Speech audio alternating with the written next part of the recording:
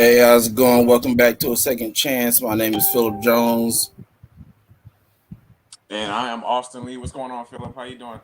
I'm doing pretty good, my brother. How's everything? Everything good? Everything good. Yeah, excited for another fantastic show. I think everybody is gonna enjoy this one a lot, like the last one, and appreciate you for inviting this guest on. So go ahead and let everybody know who's in the building. All right, cool. Appreciate you.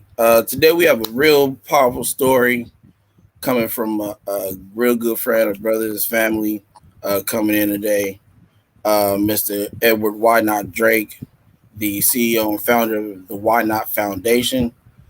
He's going to give us his story in depth, and we definitely just hope that you can pick something up today, some encouragement, to be able to fight and get through what you're going through, just like this man did right here. So, with all due, here's Mr. Drake. Mr. Drake, what's going on, brother? What's going on, my guys? It's such a pleasure to be on with you all today, man. I'm so proud of y'all. We appreciate you coming on with us today, man, a lot. It's a great situation. So, you know how we do. We get straight to it, right? Straight to the nitty gritty. So, Mr. Drake, go ahead, take it away, my brother. Go ahead, give everybody your in-depth story of your journey of being a kidney patient. Awesome, man. First and foremost, I just want to thank you all for having me on. It's truly an honor. Like I said, from knowing both of you all personally, having both of y'all as brothers, I'm so proud of y'all, and y'all keep up the great work. But again, my name is Edward Drake. Edward Drake, Mr. Why Not. I'm just the ordinary individual trying to do extraordinary things through the power of God that strengthened me. A brief snippet of my story. I got diagnosed with end-stage renal disease at age 20, just before my 21st birthday. Just a normal college kid living a dream, trying to make two of my dreams come true, which is being the first college graduate in my family at the time, and also pursuing my dream of being a athlete. When just which was like 2 where we call at the moment. I just remember it been blurred. Then I just remember in Washington Hospital, somebody were running these tests, and I remember a doctor coming in with like a tremendous type of face, and you can't really shut down. Not really that you have to place on the being naive, 20 years old at the time, I really had too many major issues. My kidneys has been another child, I never had anything that organs. I was kind of naive. I took my some respect. You start and your name was transplant, and me still not being aware of what's going on at the time. I said, "We'll be okay for." I got sick in August. I got sick in June. And I put the stamp on it. And it really hit me when he told me not only will I not attend school that far, play sports that year, but my playing days was over, and that I was to leave school at that time and go back home with my mom. Which for me at that time, it was worse than receiving my new kidney. So man, I gotta go home with my mom. Not in a bad way. I love my mom, but grew up in a single parent household. My whole dream was to get great job, leader, become this good executive, about to take care of my mom. And to receive that penny news, kind of beat the odds to get a good college and be able to achieve all my dreams. I was like, man, Lord, why now? Everything that I worked so hard up to that point, I came to the heart. And I started dialysis that next day, which I did for 3.5 years prior to a stranger. Her name is Leanne. When X said yes to becoming an organ and tissue donor. So thank you, Leanne. You're truly my angel. I wouldn't be here without you. And it's Donate Life Month, so how amazing is it to tie the two together? But just in the midst of being in a dialysis center for those 3 years, saying, why me? The Lord said, son, why not you? And he revealed to me what he had planned for my life isn't what I had planned for my life isn't what he had planned for my life. I like to say he took me off the college campus, the sporting field, and put me on the battlefield of saving lives. And I never would have thought this little bitty organization that was founded back in 2007 officially, and we were doing work unofficially probably about a year before that. This little bitty organization that was founded in that dialysis center on that college campus on The Ohio State will go on to impact thousands of lives and ongoing some years later. So while I was on dialysis, I begun to go help out at the local children's hospital, Missouri Children's Hospital. Shout out to them. They're still huge supporters, and we help out with them a lot. And I started seeing kids like the young Phillips and like the young Austins, and I started seeing these kids while I was complaining about not being able to go party or being able to be the man on campus. These kids were in there fighting for their life. And once I started seeing that, my attitude changed, my perspective changed. Because while it sucked that it happened to me right then, but it could have always been worse in a way. It could always be worse because, at least I got a chance to experience a lot of things in school that so many others may not have. Like, I'm not sure if you all have, but kids in that situation, they weren't able to go to school frequently. They had different types of issues as a child, which I was out riding my bike, cruising the neighborhoods, cruising the block with my boys, and I didn't have to worry about treatment. So I have to say, once my attitude changed, started my attitude changed. So I just said, I that energy that I had from kids like many other out there. So speaking volunteering, of course, that's happy when I show there because they were so that in me, I realized how much it to be a blessing, blessing. So, yeah, that's kind of how I started, and in 2008, since then, I've been to go back to school, complete my nonprofit, and I never made the big stuff, right? But something I mean, he got a plan, he got a behind him. And I mean, I was in like I mean, this time. Hey, Edward. Do you have somewhere else that you can go? Yeah, like your signal is bad. It's coming through lagging real bad and choppy. Yeah, it was good, like in the middle part, but yeah. Okay, hold on one second. Let me move my other part of my house. Hold on one second. Excuse us 1 second, everybody, while we get this situated for you guys. I know it's kind of a if you're trying to just listen into choppiness for a good 10 minutes, but yeah, give us 1 second while we while Mr. Drake fixes this. and we'll be right back with you.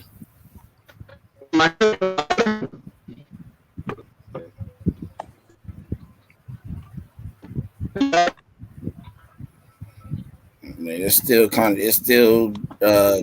It's frozen now.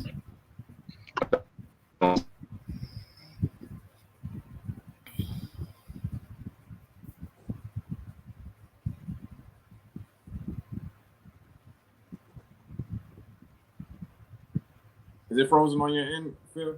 Yep. Okay, yeah, it's okay. I'm making sure it's the same one. Yeah, that's why I asked you earlier if it was doing it on your end too, because I didn't want to say something, and it actually was fine. I had to go check it on the Facebook showing as well. So it's freezing. It's freezing on there. Yeah, it's going all the way through. So again, give us 1 second. We'll get back to it.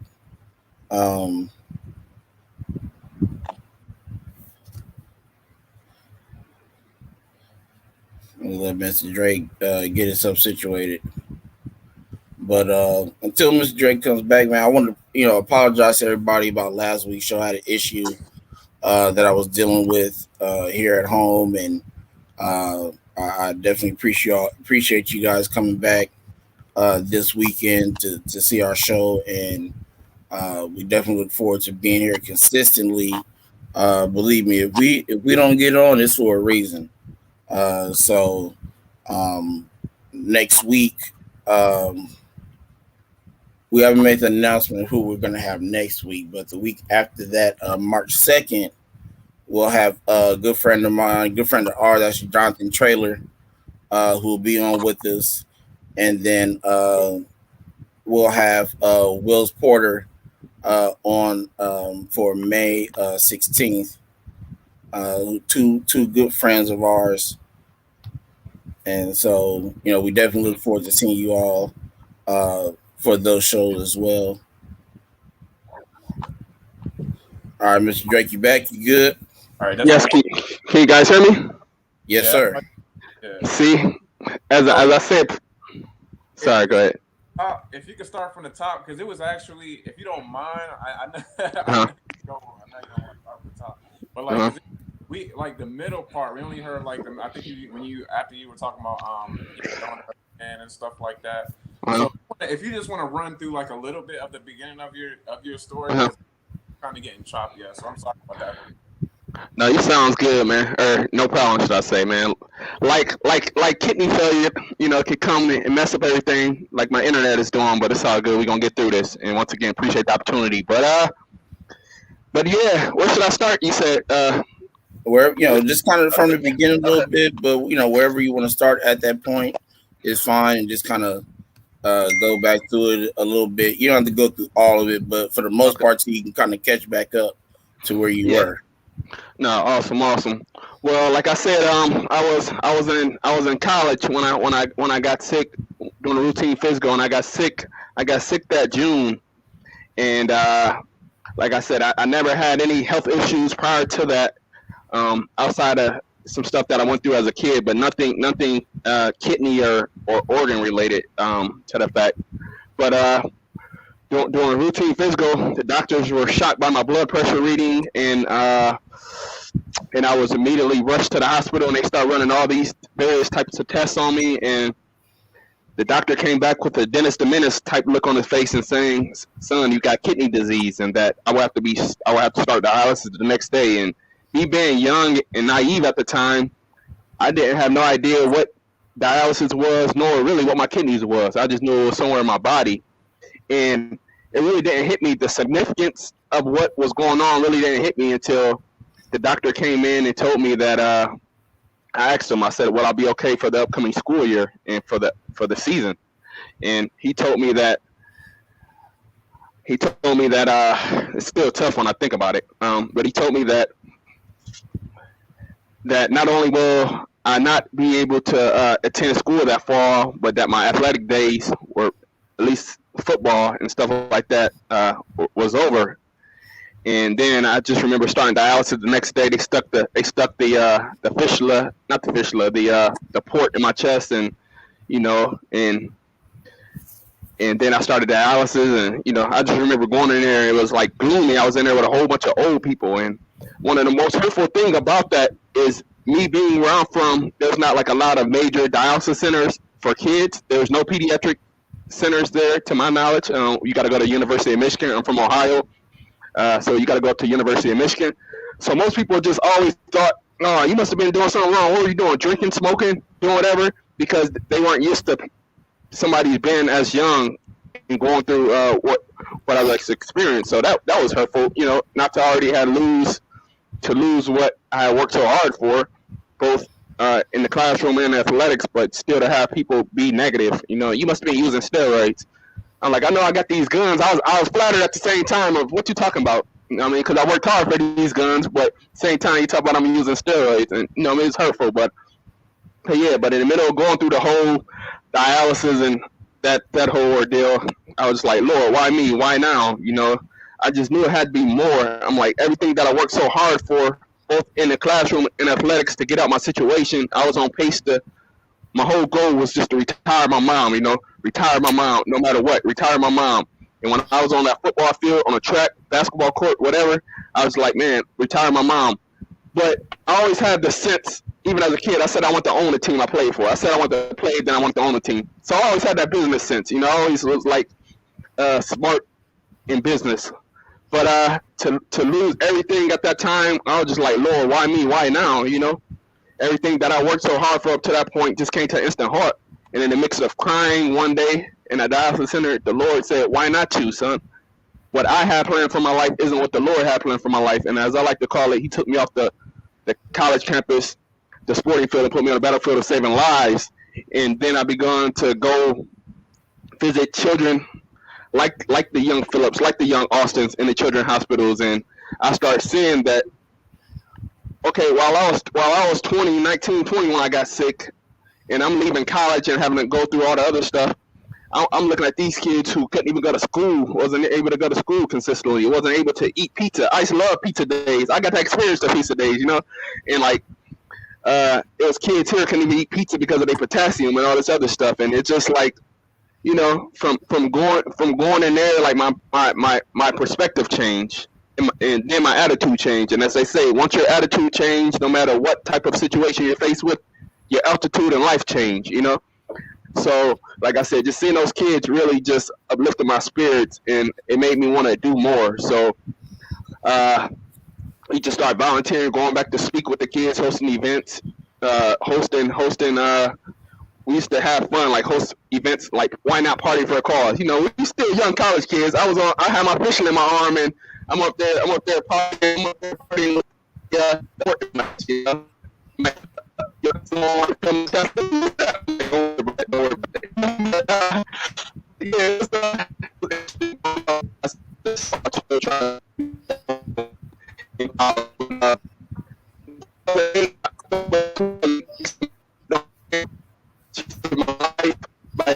yes to be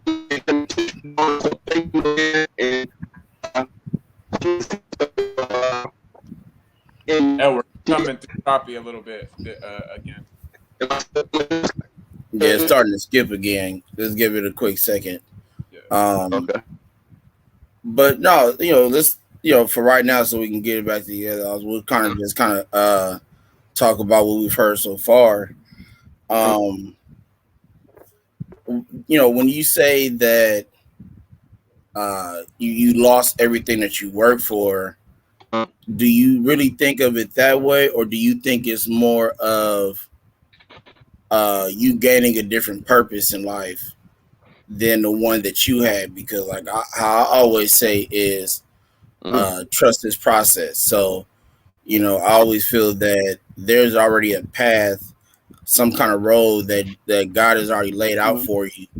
And it's, it's kind of, it's up to you to kind of figure it out. He's not just going to kind of show it to you, but it's up to you to kind of work to kind of figure out what that path is, what that objective is that you need to accomplish, that he's putting it in your life and in front of you. So do you see it as more as, because I understand what you're saying, because I kind of lost everything as well myself. I had my transplant in 2007, and when I started. I did a year of college football, did a year of college track, and then I ended up going, back on dialysis and things like that. So I kind of know what you're saying, because like I fought to get back to where I could compete as well on the field and on the track, and then I looked up, and then it was just kind of all gone. But so do you like? And I asked that question because you've taken what you were given in your vision of starting Why Not and developing it into something that's major and something that's needed in the United States for pediatric transplant patients. And so and I'm one that can attest to that, because like I didn't have that much help except from like my doctor. I was lucky enough to have some terrific nephrologists when I grew up, and they were the ones who kind of kept me on track with my meds and how I need to go about dealing with this situation. And so you've kind of come up with something to give help and hope to pediatric patients that are in the situations like I was in, and Austin was in, having to sit in the hospital, with tubes, and our parents got to come visit us, every day after work or whatnot. So, do you really feel as you lost everything, or do you feel it as you gained a different purpose in life and what you're supposed to be doing on Earth? Nah, can you guys hear me? Am I right? Yeah. Yep. Yeah.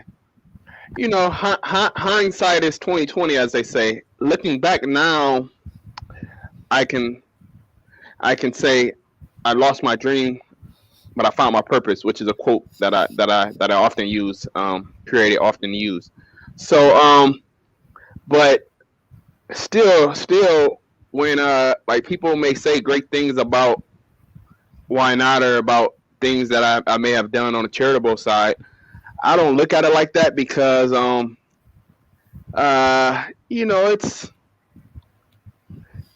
it's still God working through me. So I don't got the wherewithal, I don't got the knowledge to be able to do it within my own might. So I'm just kind of being obedient. So to answer your question, I definitely like I said, I lost my dream but found my purpose, and I'm just trying to give back and make a difference, and most importantly, be obedient to God.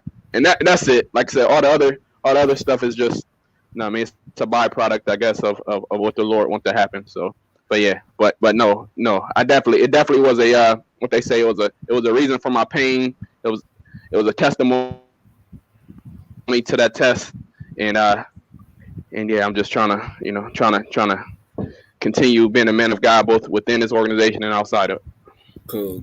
I appreciate you indulging my speaking. Oh, go ahead, Austin. My bad. Yeah, I was gonna say, so like the kids out there who want to be like an athlete and have something similar that has their story, like, what I'm saying, kind of has their dream taken away.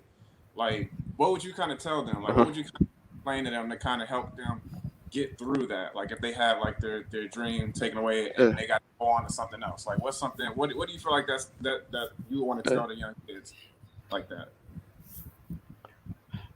No, we talk a lot at like nighttime and stuff like that. And can you guys hear me? Yes, sir. Okay, cool. I be thinking I'm fading out.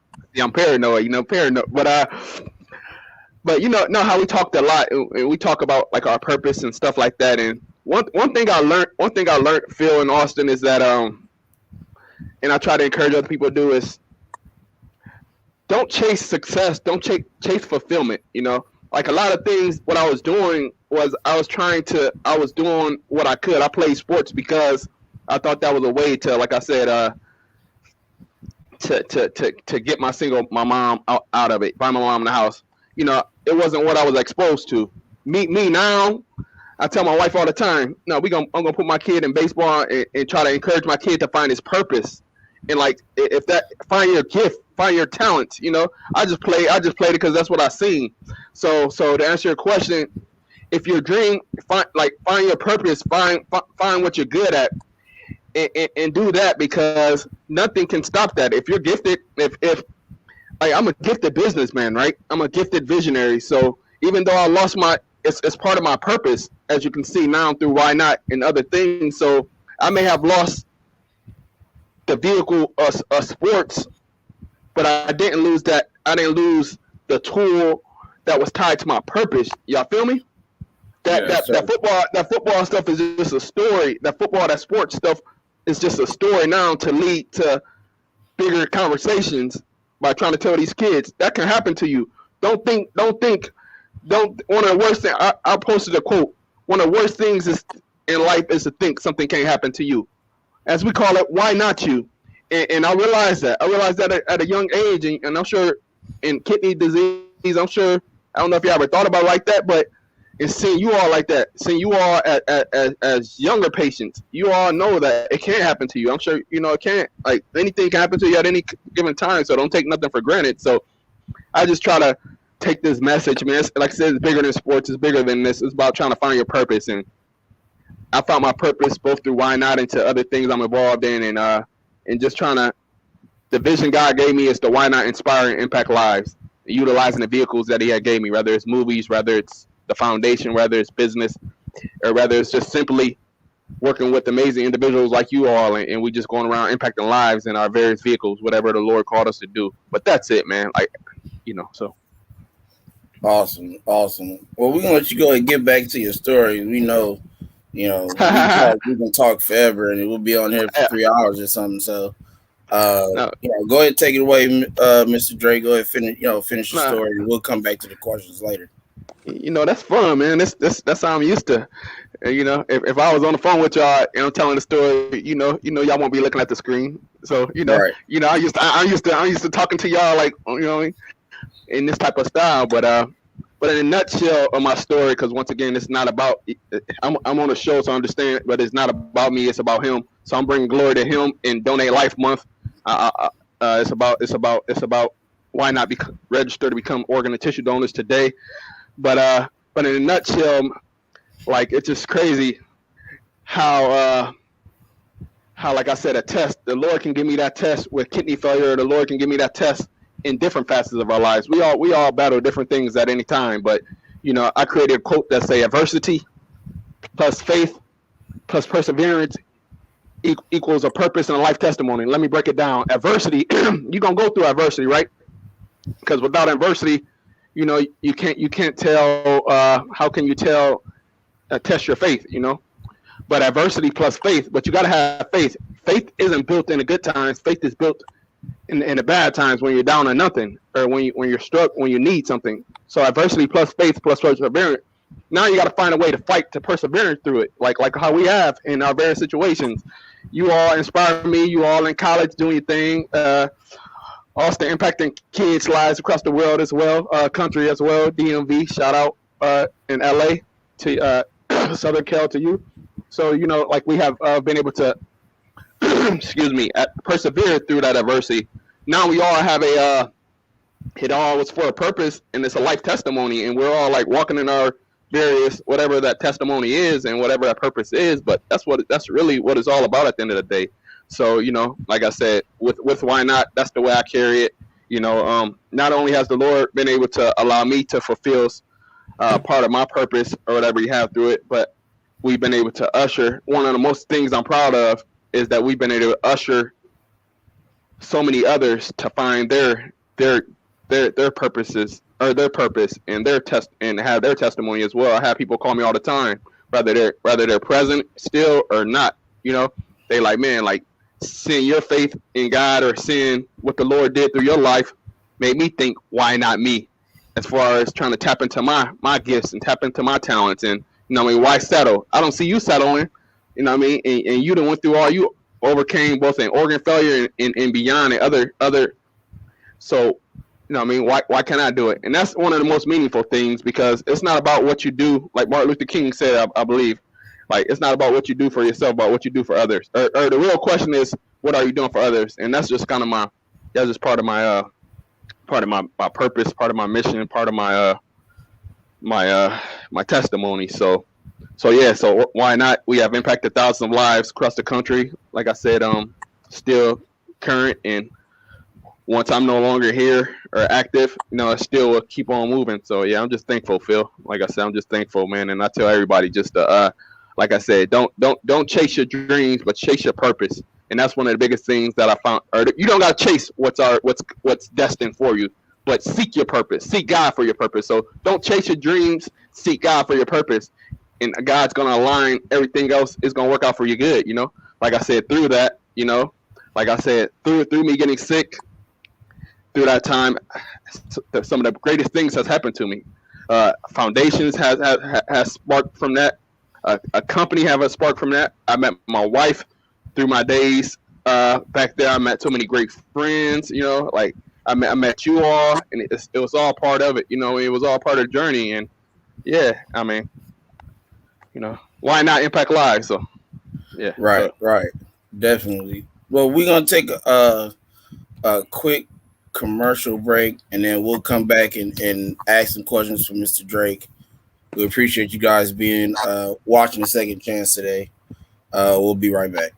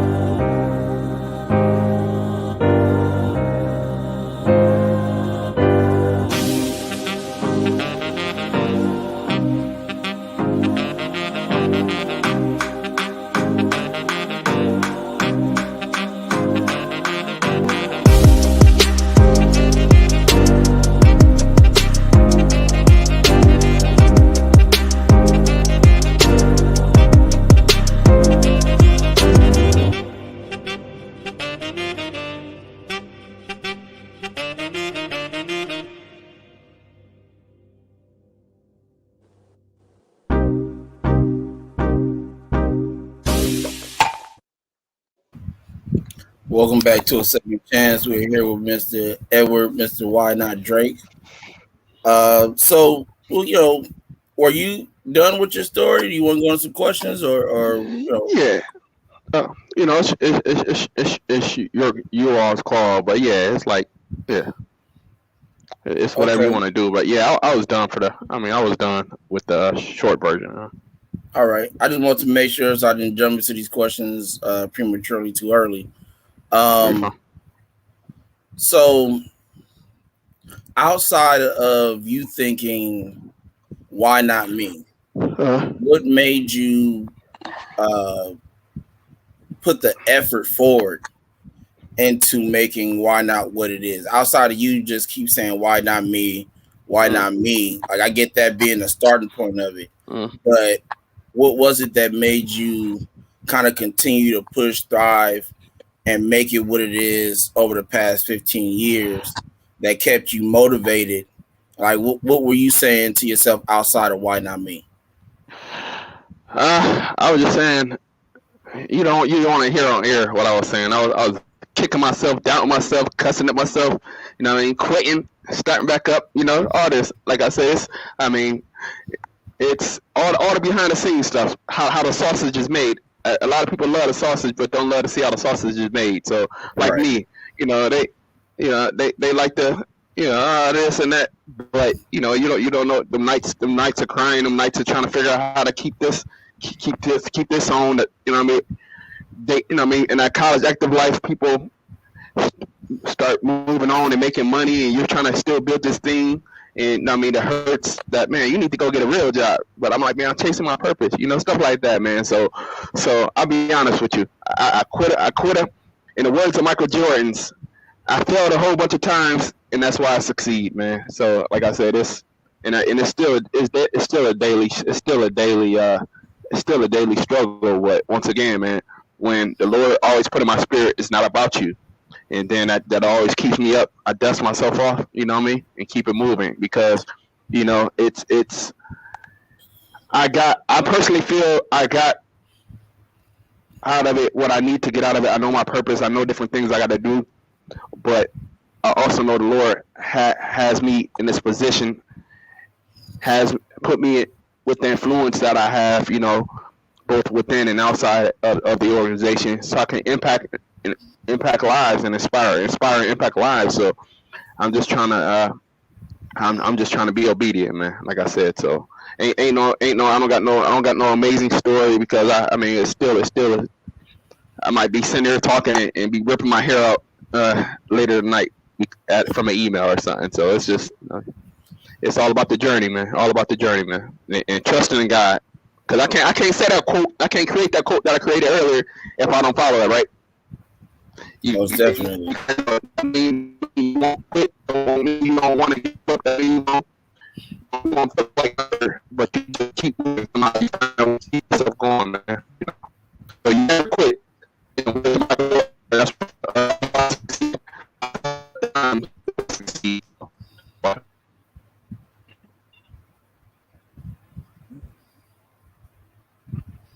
You're starting to freeze again, but no, I heard most of it.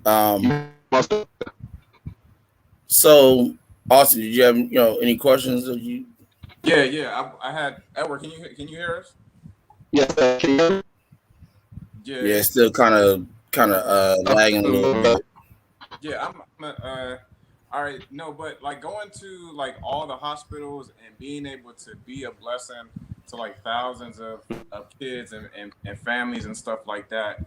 Like when you have visited hospitals and seen families and their kids, like how did that kind of make you feel, and how do you kind of, has that kind of changed you, like the feeling of seeing other people, and how they're fulfilled from the blessings that you've been able to provide? Like how has that been able to like impact your life and be able to be inspired to move forward? Can you hear me? I'm good. Yeah, it's still kind of scratchy a little bit. Okay. Comcast need to get it together, man. All this money I'm paying for the internet. And they need to give us a donation for wasting our time. But we good? We all right now? Yeah, we can hear you. It's still a little laggy a little bit, but we can hear you. Okay. But that's a great question, Austin. Great question. Let me remember it. I just know it was a great question. Okay. Be honest with you, it's just amazing people that I work with. It's like in any team, you got people leaders on the team, but there's so many people behind the scenes that makes the machine work. So many moving parts that you don't even see, and the Lord blessed me with so many amazing individuals, not only for me to impact their lives, but they impact their minds. And when I start seeing them kids in our hospital, it it changed my perspective. It changed my perspective. Every time I walk up in a hospital and I see those kids, it makes me feel like everything that I'm complaining about is pointless, you know. So they inspire me and they keep me going. Like I tell people all the time, if it was about me and if it wasn't about God, I would have took a big old bag a long time ago and different things and would have said forget why not. You know what I mean? Cause it's a lot to it, man. It's like a, you know what I mean? You know, it's a lot of work and, you know, it's a lot of work and a lot of heartaches, a lot of pain, and you know, but the most important thing I get from it is fulfillment. And like I said, just seeing the smiles on the kids' faces and seeing the smiles on the other, when I bring other people to the hospital and to see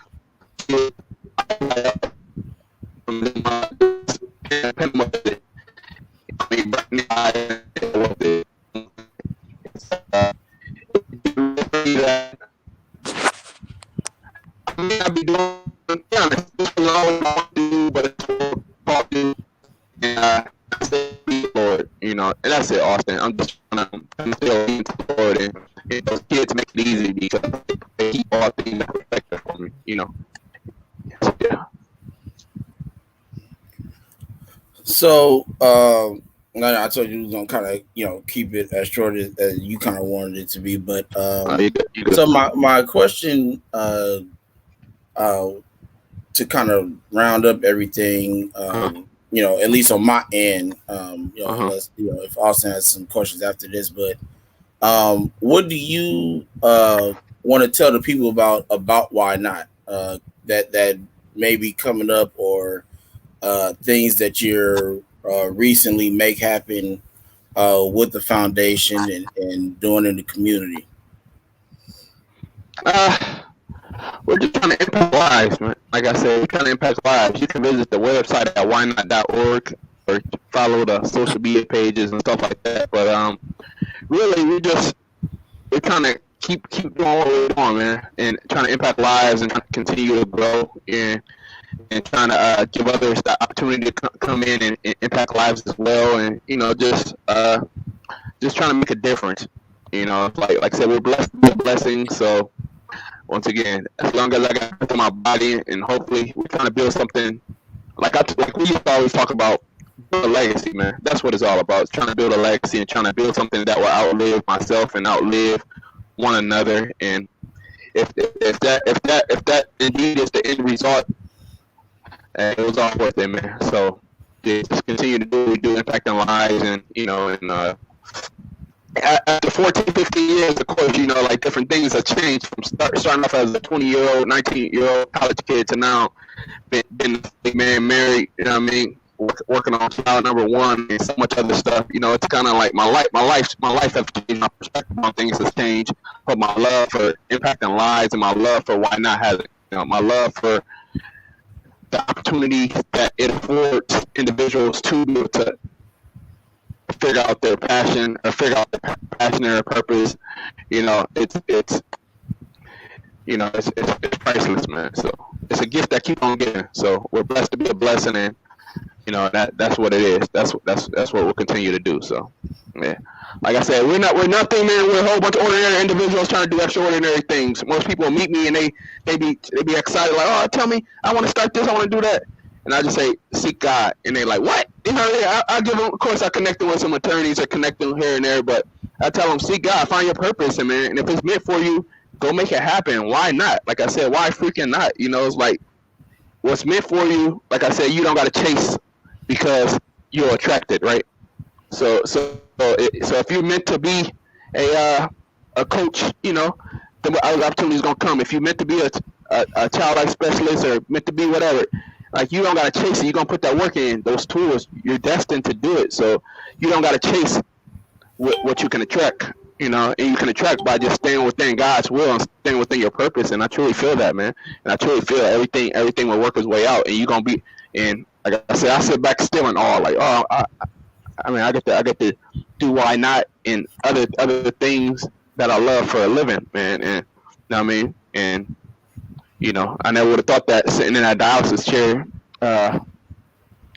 2006, 2007, and thinking, why me? And it comes full circle, and still the gift that keep on giving, because through my donor saving my life, myself, with the help of so many others. Once again, it's not about me. It's all about so many others, so many people across over the years. So many people has contributed. So it's the gift that keep on giving. She saved my life, so I can continue to impact others, both transplant patients and beyond. So, blessed to be a blessing, man. Why not give back? Why not impact lives? Why not Brighter Child's Day? Why not connect? Why not everything, man. So right. uh-huh. So you brought up your donor. Exactly. What part does that play in your life, being able to say that your donor? Because like I know you and Austin both are able to know who your donors are. You've conversated with them, and or I don't know if yours was deceased or you just know who she is. But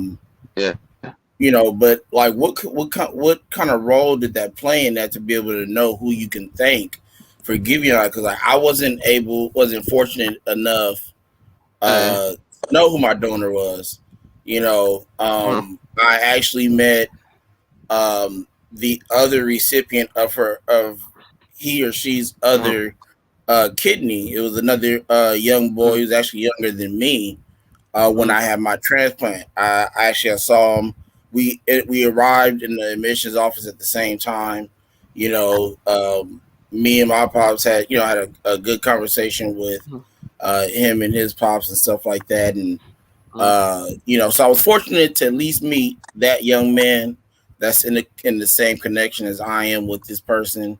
I wish that I could have met this person, or at least known who it is, to give that tribute to that person for taking the selfless act to be a donor.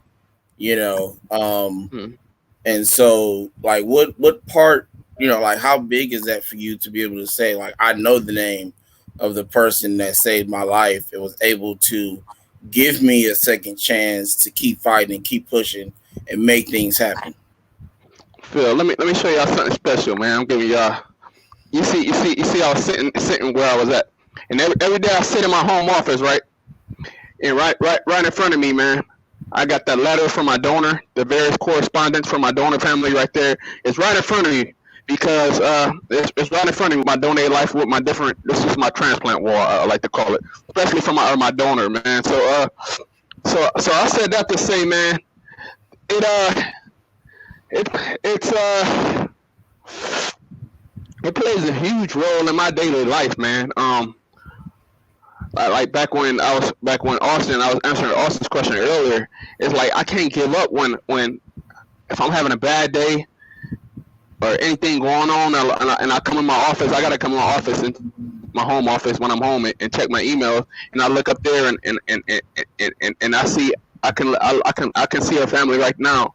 Like I can see one of the letters that's saying how her dad saying, my daughter's name was Leanne. She will be very proud of you. And like, she saved my life. I'm here because of that decision she made. And it's like like my own. I have family members that won't even donate. I'm gonna be all the way 100, all the way frank. I know y'all probably like, oh, why? Hey, I'll keep it real. I have family members who want to donate me, and here this stranger saved my life, and it's just. And when I had that, one of the toughest things, I had to write write her family. Had to write her family, and I cannot think of the words to say, because how can you say, what do you say to the family of someone who lost their loved one, but you're writing to them like, oh, thank you, my life was saved. I couldn't think of the words, because in death she gave me life. So I just wrote, words are meaningful, but actions are powerful. I will allow my actions to show my gratitude and how appreciative I was. And I wrote that back up in like 2008. And Phil, 14, Phil Austin, 13, 14, 12, whatever, how many every year. I lose count as I count the moments. I just count it day by day, and I'm just thankful for the day. So I lose count in the years sometimes. But yeah, I just I said words are meaningful, but actions are powerful. And here we are, 12 years later, and I'm keeping my word to her. So man, I didn't have no words to say during that letter, but when I won like the gold medals in some of the transplant games, I would always send it to her family and just tell her I'm still thinking about you. You know what I mean? Like I said, I don't know how much to write because they still lost a loved one. You know, when I think about my grandmother, you know, I'm coming up on a year of celebrating my brother-in-law untimely death. So, you know, I know just because you lose a loved one, it never goes away. You know, it still never goes away. So I try not to write them to remind them, like, oh yeah, I'm doing this and that, and thank you for your daughter. Thank you. All right, talk to you in another 10 years. You know, I try not to write, but they know about why not, and they know, you know, it's a beautiful thing, man. It's a beautiful thing, Phil. But it is kind of, it's a lot of it's a big bearing, a heavy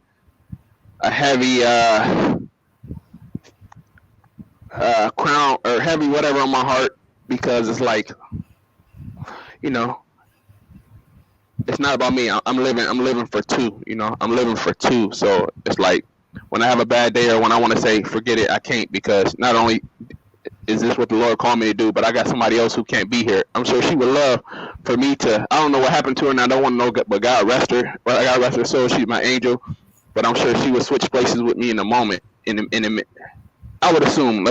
But you know, like. I'm just thankful, man. I'm just thankful, and God rest her soul, and I'll continue to make her proud. And like I said, if tomorrow I go back in that center, I hope she's proud of me, just like I hope the Lord is proud of me. And that's it, man. Everything else is just fleeting, man. It can go. You know what I mean? It can go at any given time. But yeah, I know God, and I hope she's proud of me, and I hope the Lord is proud of me as well. So. Austin, you have any questions that you want to ask? No, just to add on to what you said, like you know, there's when you think about your donor, it's you never really come up with the right words to say. So like as you're saying, you're leading with your actions every day. Every day you get up, every step that you take. You know what I'm saying? Every action, everything. Like God is working through you. That is your way of honoring her, not giving up at all. Because you know, each of us have gotten a second chance and could have just gave up. So you're still honoring God, you're honoring her, keeping God first, you know what I'm saying, letting him direct your path, and you know, just keep doing that, bro, like every single day. Absolutely. And like I say, y'all inspire me, man. Like I said, that's why I said I'm blessed that the Lord put amazing individuals like y'all in my life, because like I said, when I think of stuff, I only can imagine what it would have been like to be a kid. You know what I mean? Like I said, I went through some horrific stuff in my life as well as young, but to go through go through the kidney or hearts and livers and cancer, whatever, as a kid, and to have, you know, it's like, you know, I don't want to imagine, but I don't want to imagine, but I try to, as a way to show that I can never understand, but I see there's an issue. I understand there's an issue. I understand. I feel sympathetic for what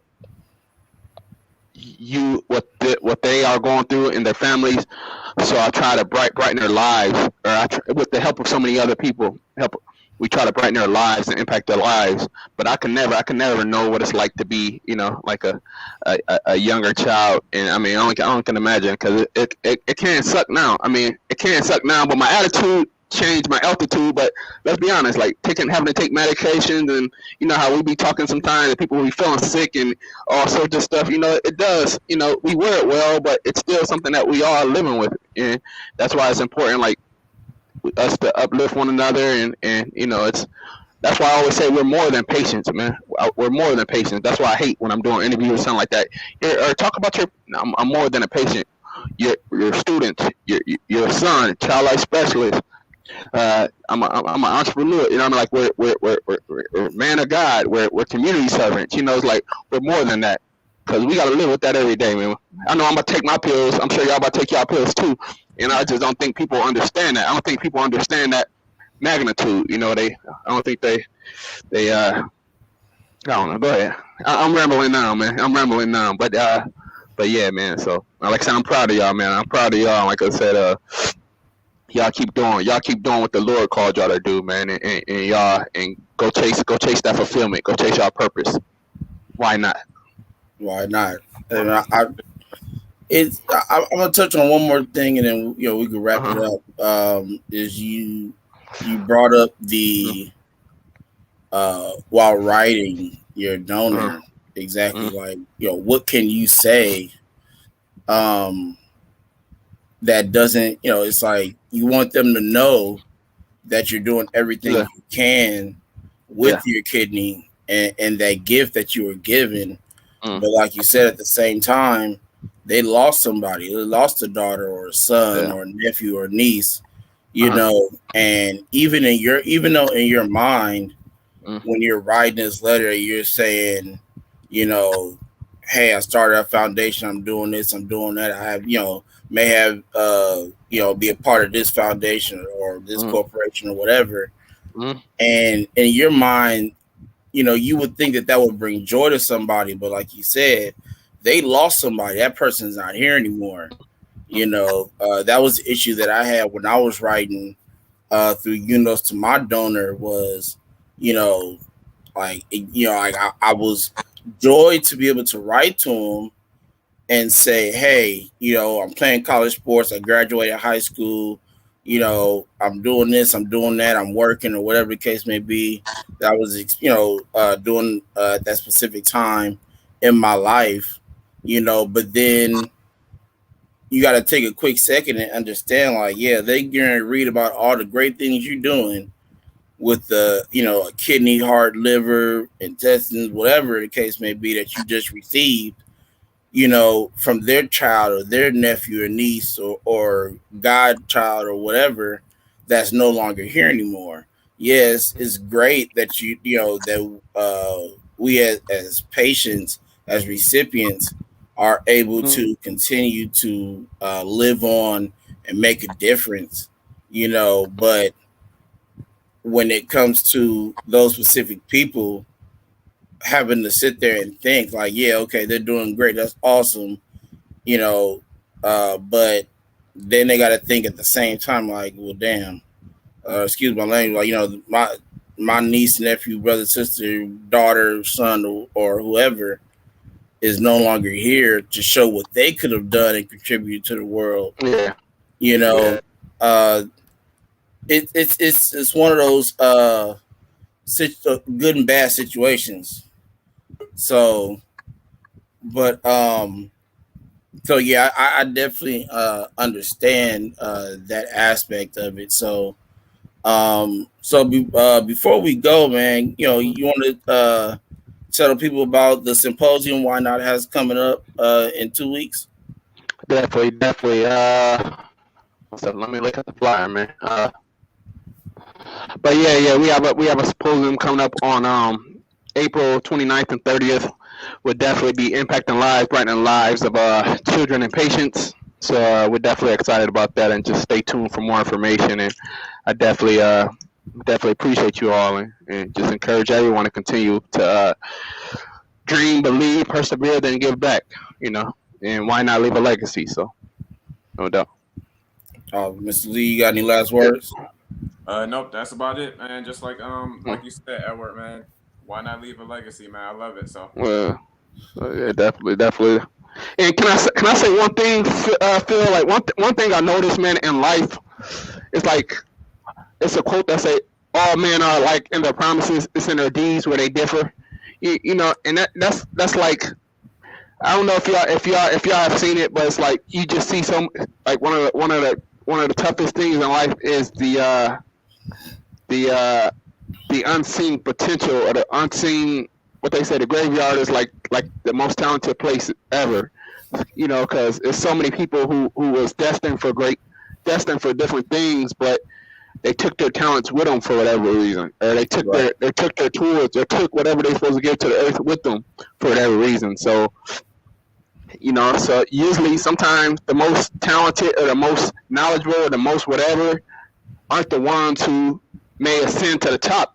It's the ones who do it, it's the ones who do it and continue to do it and continue to be persistent, and God will, I mean, if God try to offer some with these tools or gifts, and they don't act on it, he will keep it moving. His goal is his goal. He will give it to someone else, offer someone else, and the person that's, you know what I mean, that's obedient with it is usually the one who will you gonna look up like, man, how did that person do it? I got a better this, I got a better story, I got a better whatever. But that person was just obedient. So if I can leave y'all with some, just leave y'all with a few parting words, just be obedient. Like I said, the Lord can't use no one who won't allow themselves to be used. So no matter how great you are, so don't sit back there and get mad or envious of the next man or next woman. I mean, like I said, why not take advantage of what the Lord put in you while you can. So that's what I wanted to say, because we all are destined for greatness, man. It's just all about trying to find out what that is, find out what your purpose is, what your tools are, and make it happen. So, and salute to you all, man. Continue to do all the amazing things that y'all doing. Like I said, I'm proud of y'all, man. And I look forward to seeing all the amazing things that y'all continue to do in the future. And thank you for having me on. It's an honor. No, we appreciate you. Appreciate you. And also, the hat that Phil has on, there's a pin right here that you can find on the whynot.org website, and also the mask. So if you guys want to continue to support pediatric patients, go to the website. You see all three of those. Plus, there's I believe you have like coffee mugs too, Edward. Some stuff on there. But I appreciate the plug, man. I sincerely do. Definitely. So yeah. Awesome. Well, you guys just heard a great dynamic story from Edward, Mr. Why Not Drake, CEO and also of the Why Not Foundation, also kidney transplant recipient. We appreciate you guys coming through and watching us again on this Sunday. We will see you next Sunday at the same time, 5:00 Pacific, 8:00 Eastern. We appreciate you watching the Second Chance. You guys have a blessed night. God bless. Appreciate yes, sir.